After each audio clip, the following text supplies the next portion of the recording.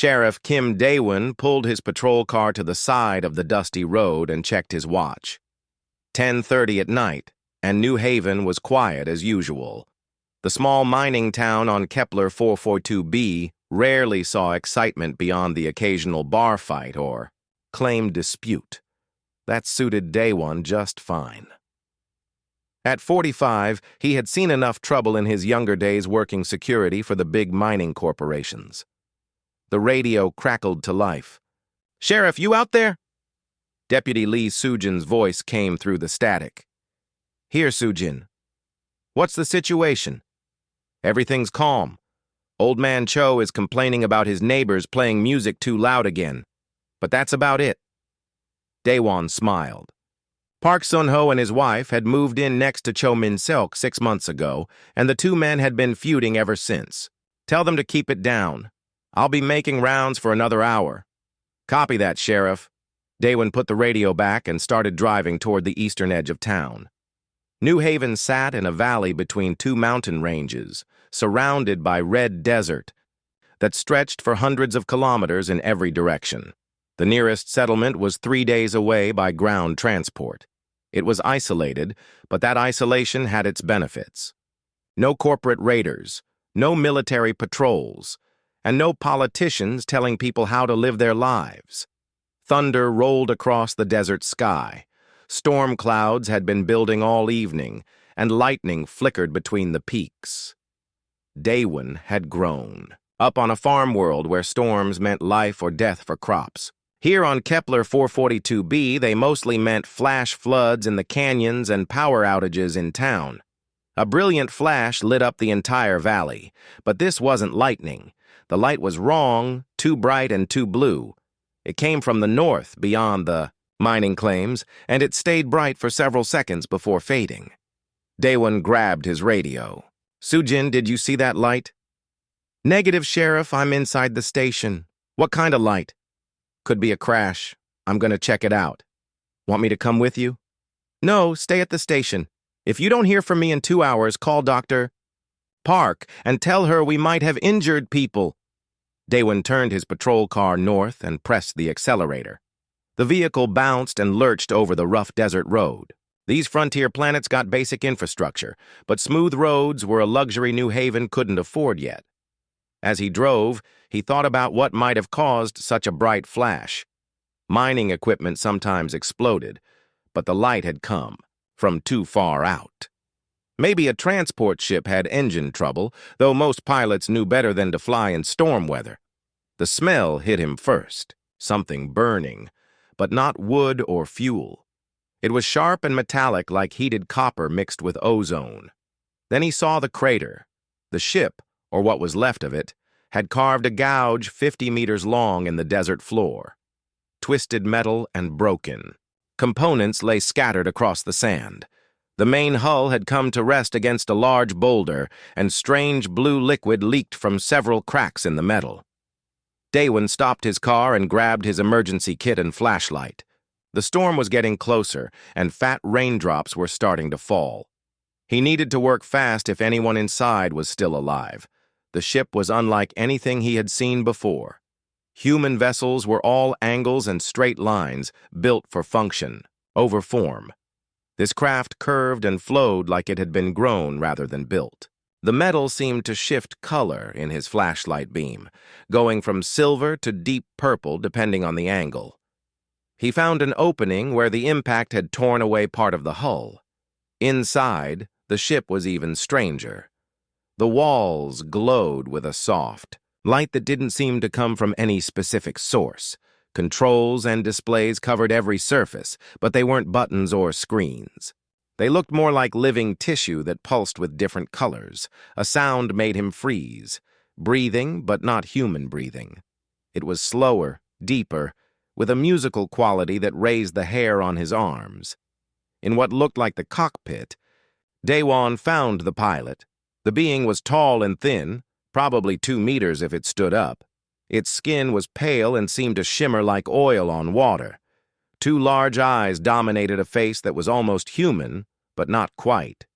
The features were too sharp, too perfect, like a sculpture come to life. One arm was clearly broken. and silver liquid that might have been blood pooled beneath the alien's body. The creature's eyes opened and focused on Daewon. They were completely black, without any visible iris or pupil, but somehow he could tell. It was looking directly at him. It spoke, but the words were like nothing Daewon had ever heard.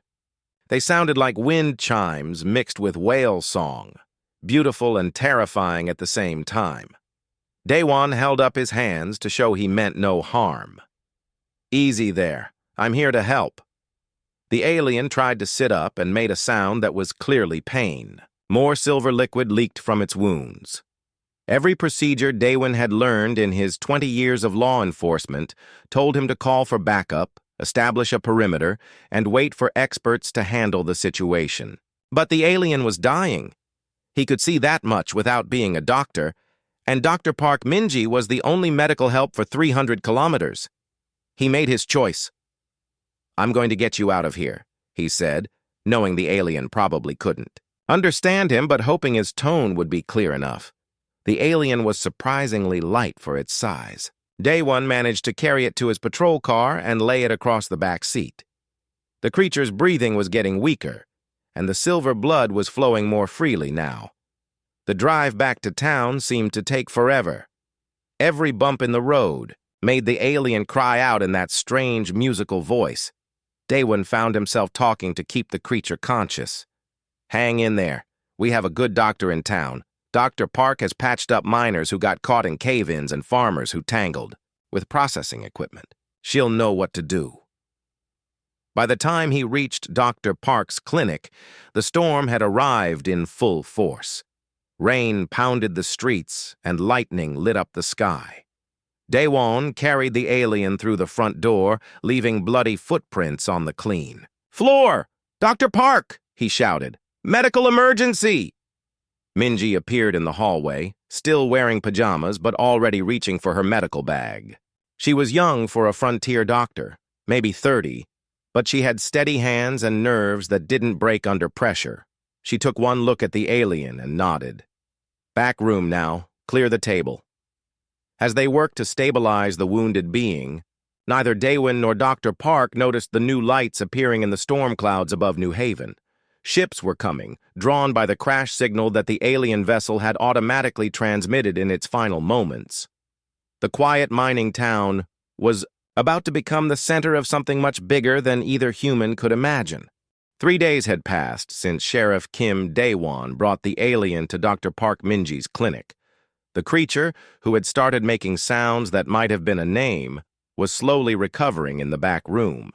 Dr. Park had worked around the clock to understand the alien's biology, using her medical scanners and a lot of guesswork. The silver blood had stopped flowing, and the broken arm was healing faster than any human bone ever could. But the alien still couldn't stand, and it spoke only in those strange musical sounds that no one in New Haven could understand. Daewon sat in his office, looking through reports that Deputy Lee Sujin had filed. The crash site had been cleaned up as much as possible, but pieces of strange metal still lay scattered across the desert. More concerning were the sensor readings from the town's basic orbital monitor. "Sheriff," Sujin said as she entered the office with a cup of coffee. "We've got company up there." She handed him a printed report from the monitor station. 5 unknown ships had appeared at the edge of the solar system 2 days ago. They were holding position near the asteroid belt, not moving closer but not leaving either. "Any attempt to communicate?" Daewon asked. "Nothing. They're not responding to standard frequencies.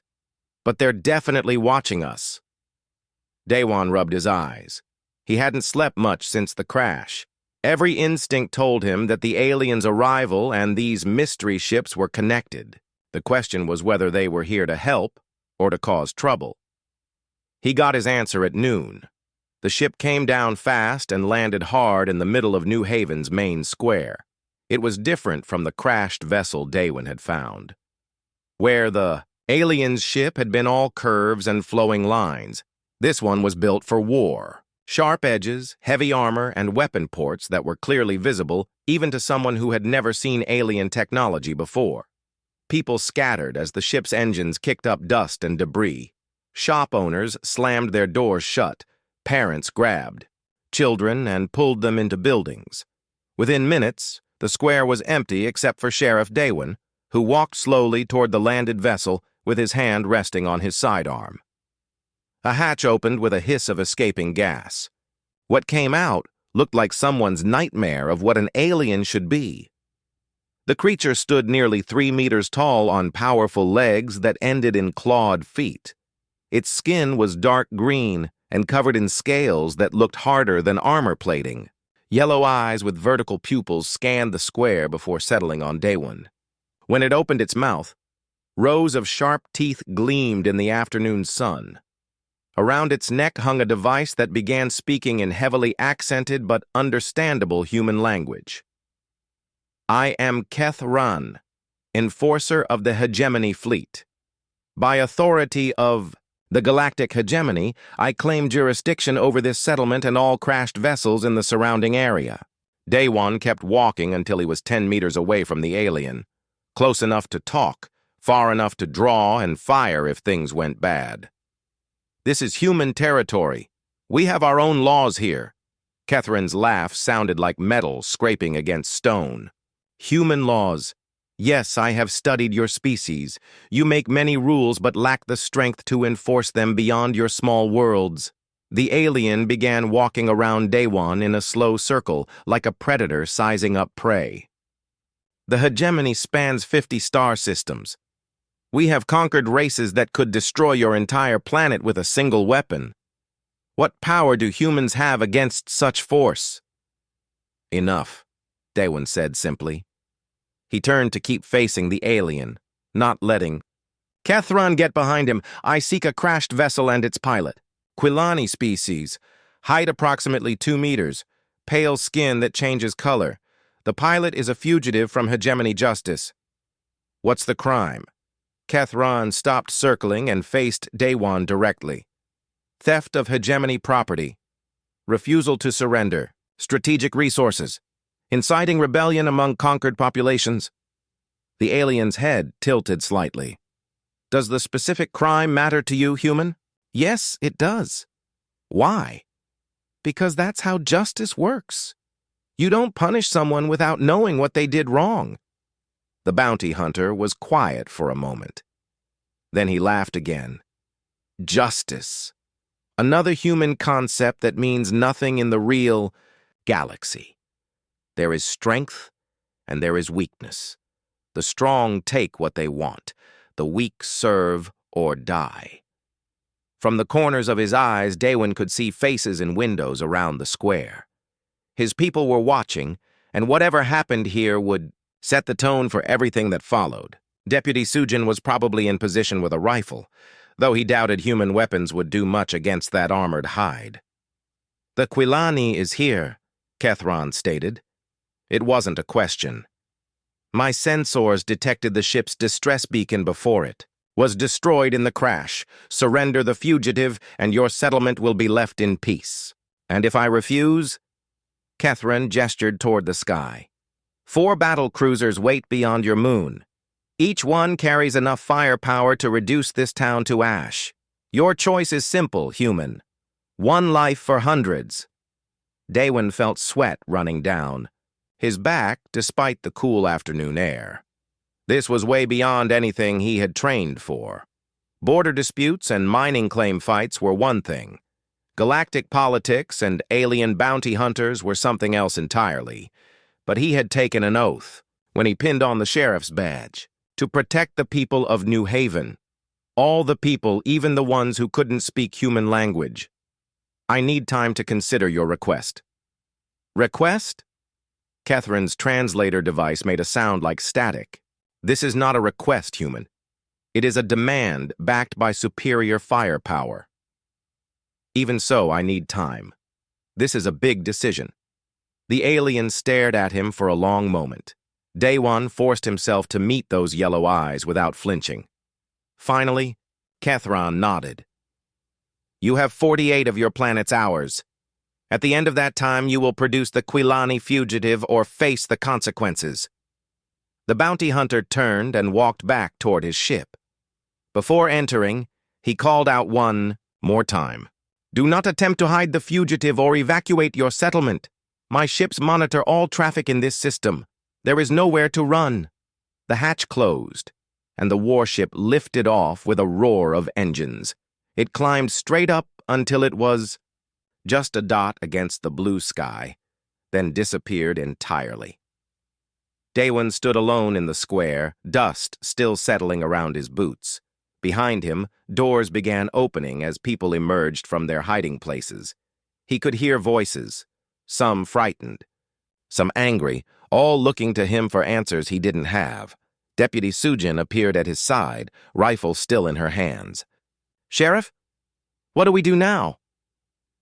Daewon looked up at the empty sky where 4 alien warships waited beyond the moon.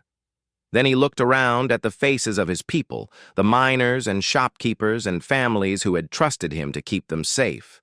"Now, we figure out how to stop a war," he said quietly. But first, he needed to talk to the alien in Dr. Park's clinic.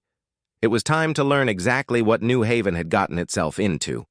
Sheriff Kim Daewon walked through the quiet streets of New Haven as the sun set behind the western mountains. 40 hours remained until Kethran's deadline, and the town felt like it was holding its breath. People spoke in whispers when they spoke at all. Children stayed close to their parents. Even the usual sounds of mining equipment in the distance had stopped. He pushed open the door to Dr. Park Minji's clinic and found her sitting beside the alien's bed, holding a small device that beeped softly every few seconds. "How is our patient?" Daewon asked.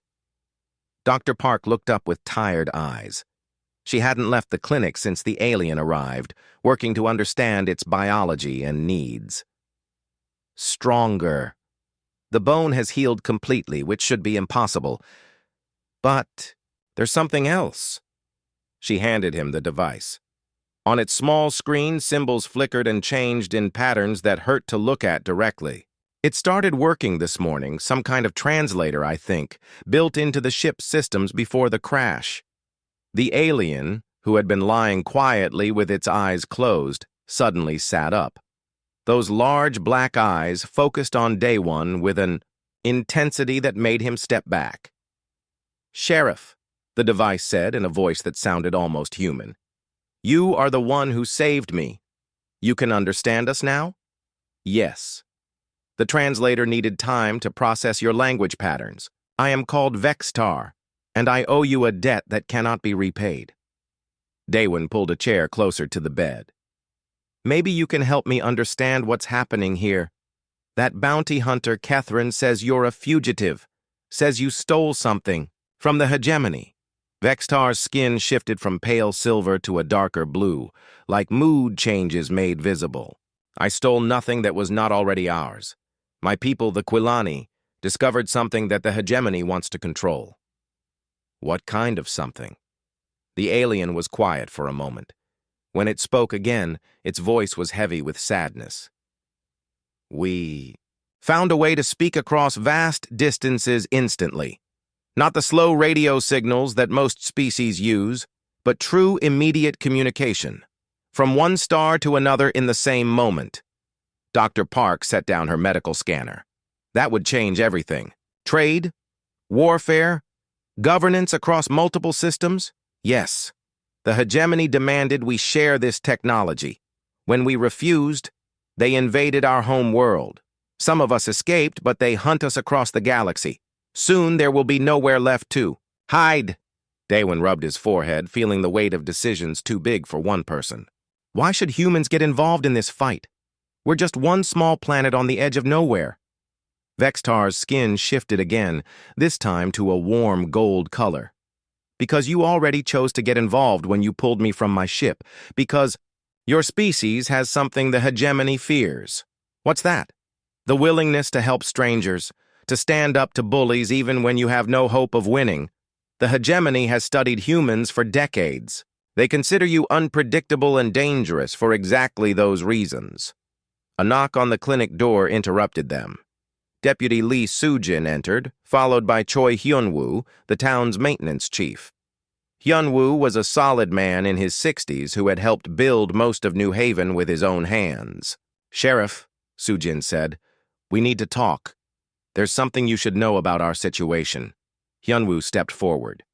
"I've been checking the town's communication records since the bounty hunter arrived. The hegemony hasn't just sent Kethron. They've been talking to someone else." He handed Daewon a data pad with transmission logs. "Corporate frequencies, coming from the orbital station. Someone's been feeding them information about our mining operations, our population, our defenses." Daewon scanned the data, his anger growing with each line. "They're not just here for Vextar, they want our mining claims." "Gets worse," Hyunwoo continued.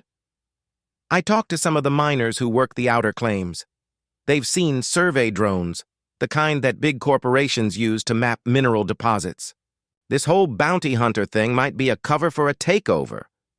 Vextar struggled to sit up straighter. "This is how the hegemony operates. They create a crisis, then offer to solve it in exchange for whatever they truly want." Dr. Park crossed her arms. "So even if we hand you over, there's no guarantee they'll leave us alone." "Exactly. Once they have a foothold here, they will find other excuses to expand their control." Sujin moved to the window and peered through the blinds at the empty street. "What about evacuating the town? We could move everyone to the inner colonies." "With what ships?" Hyunwoo asked. "We've got 2 cargo transports and a medical shuttle. Even if we could get everyone off planet, where would we go? The corporations own most of the inner colonies, too." Daewon stood and walked to the window. New Haven wasn't much to look at from the outside. Prefab buildings, dusty streets, and the constant smell of mining equipment. But it was home to 300 people who had come here to build something of their own. "There's another option," he said quietly, "which is, we fight." The room went silent. Outside, the wind picked up, rattling the window frames like it had the night Vextar's ship crashed. Hyunwoo was the first to speak. "Sheriff, I've got nothing but respect for you, but we're talking about alien warships. Our biggest weapon is a mining laser that takes 10 minutes to charge. We've got advantages they don't expect. We know this terrain. We know each other. And we have something they can't understand." "What's that?" Sujin asked. "We're fighting for our home." Vextar reached out with one long, pale hand and touched Daewon's arm. The alien's skin was surprisingly warm. "If you choose to fight, I will help however I can. My ship was damaged, but some of its systems still function. Defensive shields, communication scramblers, perhaps even weapons." Dr. Park looked around the room at each of them. "This is insane. We're talking about going to war with a galactic empire." "No," Daewon said. "We're talking about defending our right to exist. The hegemony thinks we'll roll over because we're small and isolated. They think humans are cowards who will trade other people's freedom for our own safety." He turned to face them all. "Maybe some humans are like that, but not us. Not here." Hyunwoo grinned, the first smile anyone had seen in days. "My grandfather fought corporate raiders back on Earth. Always said the only way to deal with a bully is to punch them in the nose hard enough that they think twice about bullying someone else." Sujin checked her sidearm and nodded. "I signed up to protect this town. All of it, including our new friend here," Dr. Park sighed. "I took an oath to do no harm. But sometimes, the best way to help people is to stop the ones trying to hurt them." Outside, the first stars were becoming visible in the darkening sky. Somewhere among them, 4 alien warships waited for New Haven's surrender. They were going to be disappointed. "All right then," Daewon said. "Let's figure out how 300 humans and 1 alien are going to stop a hegemony fleet." The planning session lasted until dawn. Sheriff Kim Daewon stood in front of the Pact community hall as morning light streamed through the high windows. Every adult in New Haven had come to hear what he had to say. Miners sat next to shopkeepers. Teachers stood with maintenance workers. Even the children were there, understanding that whatever decision was made would affect their futures. The hall buzzed with nervous conversation. People had heard about the planning session that went all night. They had seen Deputy Lee Soo-jin and Maintenance Chief Choi Hyun-woo moving equipment around town since dawn. Word traveled fast in a settlement of 300 people.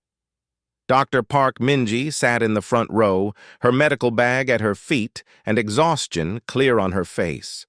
She had barely slept in 4 days, caring for their alien patient and preparing for whatever came next. Daewon raised his hand for quiet. The talking stopped immediately. By now you all know about our visitor and the deadline we're facing. In 8 hours, the bounty hunter Kethron expects us to hand over the alien we've been calling Vextar. He paused, looking around the room, at faces he had known for years. I'm here to tell you what we've learned and to ask for your decision. A hand shot up from the back. Kim Young-mi, who ran the general store with her husband, stood up. Sheriff, what happens if we just give them what they want? Maybe they'll leave us alone. That's what I hope, too, Daewon replied. But Hyun-woo discovered that the hegemony has been in contact with corporate interests. They want our mining claims, and this alien business gives them the perfect excuse to take over. Murmurs ran through the crowd. New Haven's mining operation was the only thing that made the settlement profitable. Without it, they would have to abandon their homes. Teacher Nam Ji-woo raised her hand. At 35, she had educated most of the children in town and knew every family's story. What are our chances if we fight? Honestly, not good. They have 4 warships and trained soldiers. We have mining equipment and the will to defend our homes. Then why fight at all? Asked Park Soon-ho from the middle of the room. Before Daewon could answer, the door at the back opened. Vextar entered, moving slowly but under its own power. The alien's presence caused a stir, but not panic. Word about the translator device had spread, and people were curious rather than afraid. May I speak? Vextar asked, its voice carrying clearly through the hall's speaker system. Daewon nodded. Go ahead. The alien moved to the front of the room. Its skin shifted to a warm golden color as it looked around at the gathered humans. I am Vextar of the Quilani people. 3 days ago, your sheriff saved my life when he could have left me. To die, he risked his safety and yours by bringing me here instead of turning me over to the authorities. The alien paused, skin shifting to deeper blue. My people were once like you. We lived on a single world, minded our own business, thought the galaxy was too big to notice us. We were wrong. The hegemony came to us with demands. Give us your technology, they said, and we will protect you from your enemies. Refuse and become our enemies. We chose to refuse. Vextar's voice grew stronger. They destroyed our cities from orbit. They enslaved those who survived. They told us it was for the greater good, for peace in the galaxy. But it was only for their power. Old man Cho Min-sok, who rarely spoke at town meetings, stood up. What makes you think we can do better than your people? Because you already have. When your sheriff found me dying, he did not ask what I was worth or what trouble I might bring. He saw someone who needed help, and he helped. That is something the hegemony cannot understand or defeat. The alien looked directly at Daewon. If you fight not just for me, but for the idea that people should be free to make their own choices. Win or lose, that matters. Silence filled the hall. Then Hyun-woo stood up from his seat near the front. I've been thinking about this all night, the older man said. 40 years ago, I came to this planet with nothing but a toolkit and a dream of building something worthwhile. We all did. We didn't come here to get rich or to hide from trouble. We came here to be free. He gestured around the room. Look what we built. Schools for our kids, a medical clinic, streets and homes, and a life worth living. The hegemony wants to take that away and turn us into another corporate mining station. Hyun-woo's voice grew louder. Maybe we can't win against their warships, but at least our children will know we tried. At least we won't spend the rest of our lives wondering what might have happened if we had shown some backbone. Miner Jung Taekwon stood up. The maintenance chief is right.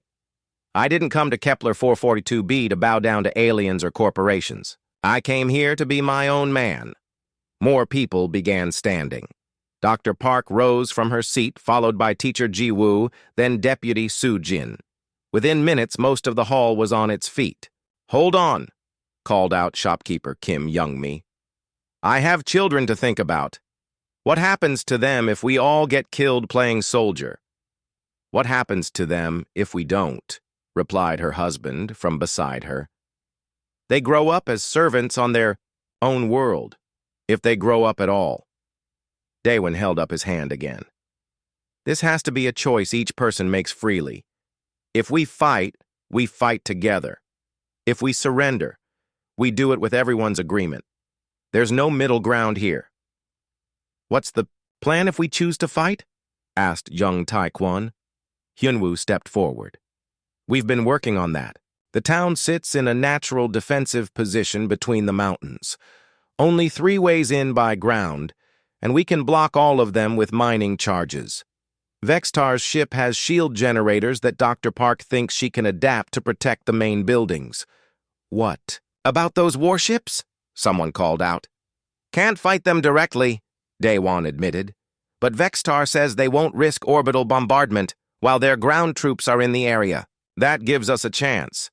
"How much of a chance?" asked Dr. Park. "Enough," Daewon said simply. The debate continued for another hour. People asked hard questions and got honest answers. Finally, Daewon called for a vote. "All in favor of surrendering Vextar to the hegemony, raise your hands." 93 hands went up.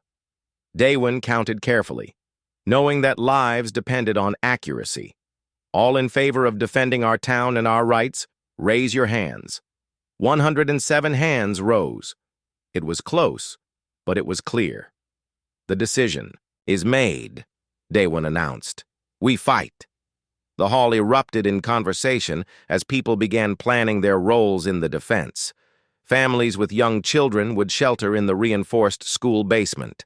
Adults would take positions throughout the town. Everyone had a job to do. As the meeting broke up, Vextar approached Daewon. The alien's skin had shifted to a bright silver color. "Thank you," it said quietly. "You did not have to take this risk." "Yes, we did," Daewon replied. "That's what people do when they see something wrong. They try to make it right." Outside the hall, Deputy Soo-jin was already organizing work crews to prepare defensive positions. Hyunwoo was loading mining charges into his truck, ready to set up roadblocks in the mountain passes. High above, invisible to the naked eye, 4 alien warships continued their patient orbit. In 6 hours, Kethran would return for his answer. He was going to get one, but not the one he expected. New Haven was ready to make its stand. Kethran's ship descended through the morning sky like a falling star. Sheriff Kim Daewon watched from the town hall steps as the alien craft settled into the same spot it had occupied 3 days earlier. This time, however, New Haven was not, cowering in fear. The bounty hunter emerged from his ship and looked around the square with obvious surprise. Instead of frightened civilians waiting to beg for mercy, he saw humans moving with purpose. Defensive barriers had been erected overnight. Windows had been reinforced. The entire town had the look of a fortress preparing for siege. "Sheriff," Catherine called out, his translator device crackling with static, "I have come for your answer." Daewon walked slowly down the steps, his hand resting casually on his sidearm. Behind him, Deputy Lee Soo-jin took position at a second-floor window with a rifle. Around the square, other armed townspeople waited at carefully chosen firing positions. "Our answer is no," Daewon said simply. The alien bounty hunter tilted his massive head. "No? We will not surrender an innocent being to you or anyone else. If you want Vextar, you'll have to come through us." Kethran looked around the square, again, as if seeing it for the first time. The defensive preparations, The armed humans, the determined faces watching him from windows and doorways. You would fight the hegemony for one alien fugitive? We're not fighting for Vextar, Daewon replied. We're fighting for the right to make our own decisions about right and wrong. Foolish humans. You have no idea what forces you challenge. The mayor, bounty hunter, gestured toward the sky. 4 battle cruisers wait beyond your atmosphere. Each carries enough firepower to turn this settlement into a crater. Surrender now, and you may yet live. Maybe, Daewon agreed. But we won't live free, and that's not acceptable to us. For a moment, the two stared at each other across the dusty square. Then Kethran activated a communication device on his wrist and spoke in his own harsh language. I have given the order for attack, he announced. My ships will begin landing troops in 1 hour. After that, any resistance will be met with overwhelming force. Then I guess we'll see you in an hour. Kethran returned to his ship and lifted off, heading for orbit to coordinate the assault. As soon as he was gone, the square erupted in activity. Maintenance Chief Choi Hyun-woo triggered the first set of mining charges in the Eastern Pass. The explosion echoed off the canyon walls as tons of rock blocked the main approach route. Similar detonations followed in the north and south passages, leaving only narrow paths that the defenders could cover with concentrated fire. Dr. Park Minji activated the shield generator that she and Vexa Tar had built from salvaged ship components. A shimmering dome of energy appeared over the town center, flickering briefly before stabilizing. It wouldn't stop everything, but it would protect against orbital bombardment. Shield is holding, Dr. Park reported over the communication system. But I don't know how long the power cells will last. Teacher Nam Ji-woo coordinated the evacuation of children and elderly to the reinforced school basement. The building had been chosen because it sat on solid bedrock and had multiple exit routes in case the main shelter was compromised. All civilians are secure, she reported. We're as ready as we'll ever be. The attack began exactly 1 hour later. 4. Hegemony dropships came down through the clouds, their hulls gleaming in the afternoon sun. Each one carried a squad of alien soldiers armed with energy weapons and combat armor that made them look like walking tanks. The ships tried to land in the blocked passes, only to discover that Hyun-woo had been busy during the night. Hidden charges detonated under the first dropship as it touched down, crippling its engines and trapping the soldiers inside. The second ship managed to land in the southern pass, but its troops had to advance through a narrow canyon where Deputy Sujin and 12 miners waited with industrial plasma cutters. The aliens' advanced armor was designed to stop military weapons, not tools meant for cutting through solid rock. In the northern approach, miner Jung Tai-kwan led a team through abandoned mine shafts that emerged behind the hegemony landing zone. The aliens found themselves caught between defensive positions and had to retreat to their ship. But the fourth dropship found a weakness. It landed on the plateau above the town and began rappelling soldiers down the cliff face, bypassing the blocked passes entirely. "Contact on the western ridge," called out shopkeeper Park Sun-ho from his position at the general store. 20, maybe 30 soldiers coming down ropes. Daewon grabbed his rifle and ran toward the threatened sector. The hegemony troops were halfway down the cliff when Hyun-woo triggered another surprise. Mining charges placed in the rock face sent chunks of stone raining down on the repelling soldiers. Some fell, but others made it to the ground and began advancing toward the town's edge. The battle became a running fight through New Haven's streets. Alien soldiers with superior weapons and armor faced humans who knew every alley and hiding place. What the defenders lacked in firepower, they made up for in determination and local knowledge. Dr. Park turned her medical clinic into a combat aid station, treating wounded defenders between power adjustments to the shield generator. Vextar, still weak but determined to help, worked alongside her to keep the defensive systems running. "Sheriff," Vextar called out during a brief lull in the fighting. "My ship's sensors show more dropships launching from the battle cruisers. They're sending everything they have." Daewon looked around at his exhausted people. They had held for 3 hours, but ammunition was running low and several defenders were wounded. The next wave would probably overwhelm them. How long before? They get here? 20 minutes. Not enough time to evacuate, even if there was somewhere to go. The hegemony ships would track down any transport that tried to leave the system. Then Teacher Jiwoo's voice crackled over the radio with an impossible message. Sheriff, we're getting a transmission from orbit. Someone's jamming hegemony communications and requesting permission to land. Who? They say they're the Free Traders Alliance. Apparently, word about our fight got out somehow. Daewon looked up at the sky where new lights were beginning to appear among the stars. Ships, lots of them, dropping out of hyperspace and moving. Toward the battle zone. Vextar, what's the Free Traders Alliance? The alien's skin shifted to bright gold. Independent merchants and freight haulers. They have no love for the hegemony's trade restrictions. If they're here, it means our stand has attracted attention across the sector. The new arrivals were not warships, but they didn't need to be. 40 cargo haulers and merchant vessels surrounded the hegemony battle cruisers and began broadcasting surrender demands in a dozen different languages. Kethran's ship landed in the square once again, but this time the bounty hunter emerged slowly, his weapons powered down. The overwhelming force he had counted on was now surrounded by angry merchants who saw the hegemony's attack as a threat to free trade everywhere. It seems, Kethran said as he approached Daewon, that your small rebellion has become a large problem for my employers. Good, Daewon replied. Maybe now we can talk about a peaceful solution. The bounty hunter looked around at the damaged town, the wounded defenders, and the merchant ships filling the sky above. Perhaps we can. The battle for New Haven was over, but something bigger was just beginning. The damaged hegemony command ship hung powerless in space, its weapon systems offline and its crew confined to quarters. Around it, 40 merchant vessels maintained a careful perimeter while their captains negotiated the terms of surrender.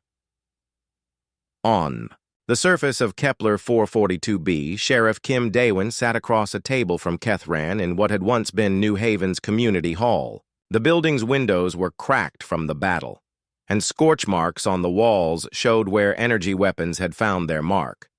The alien bounty hunter looked different now. Without his armor and weapons, he seemed smaller, more tired. The translator device around his neck spoke in the same mechanical voice, but the words carried less menace than before. The Hegemony Council has authorized me to negotiate a settlement, Kethran said. You have caused considerable trouble for my employers. Good, Daewon replied. Maybe next time they'll think twice before threatening peaceful settlements, Doctor. Park Minji entered the hall with a medical scanner and began checking Kethran's injuries. The bounty hunter had been wounded during the final assault, and despite everything, the human doctor insisted on treating him. Why do you help me? Kethran asked as Dr. Park cleaned a cut on his scaled arm. I came here to destroy your town. Because that's what doctors do, she replied simply. We heal people, even our enemies. The alien stared at her for a long moment. The hegemony does not understand such behavior. We view mercy as weakness. Maybe that's why you're losing this war, said Deputy Lee Soo-jin from her position by the door. Vexatar limped into the hall, still recovering from the crash but determined to participate in the negotiations. The Quilani's skin shifted through several colors before settling on a neutral silver. Kethran, Vextar said in its musical voice, we meet again under better circumstances. Better for you, perhaps. My career as a bounty hunter appears to be over. What will you do now? Daewon asked. The alien warrior was quiet for a moment. I do not know. I have served the hegemony for 20 years, ever since they conquered my home world. It was the only way my people could survive. Maintenance Chief Choi Hyunwoo looked up from the communications equipment he was repairing. Sounds like you were in the same situation we were, faced with a choice between freedom and survival. Yes, but I chose survival. You chose freedom. It's Not too late to make a different choice. Outside, the sounds of reconstruction filled the air. New Haven had taken damage during the battle, but the townspeople were already rebuilding. Teacher Nam Jiwoo coordinated work crews to repair the school. Miner Jung Taekwon led efforts to clear the blocked passes. Even the children helped, carrying tools and supplies wherever they were needed. Captain Lee Dong-yun of the merchant vessel. Star Pioneer entered the hall with a datapad in his hand. He was the elected spokesman for the Free Traders Alliance, a loose confederation of independent merchants who had responded to Vextar's distress signal. The hegemony battlecruisers have agreed to withdraw from this system, Captain Lee announced. In exchange, we've promised not to spread word of their defeat too widely. What about the bounty on Kolani refugees? Vextar asked. Suspended indefinitely.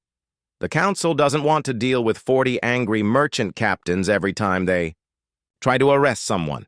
Kethran shifted uncomfortably in his chair.